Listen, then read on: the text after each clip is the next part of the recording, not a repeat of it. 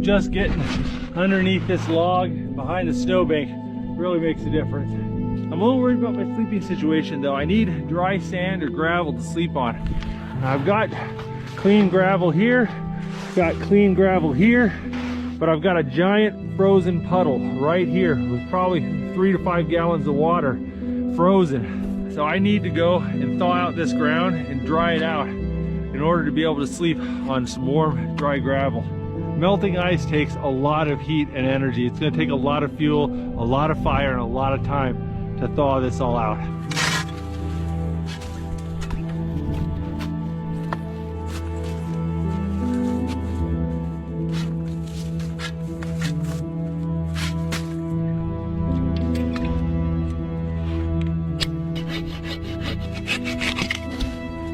This log's frozen to the ground, so you gotta free that.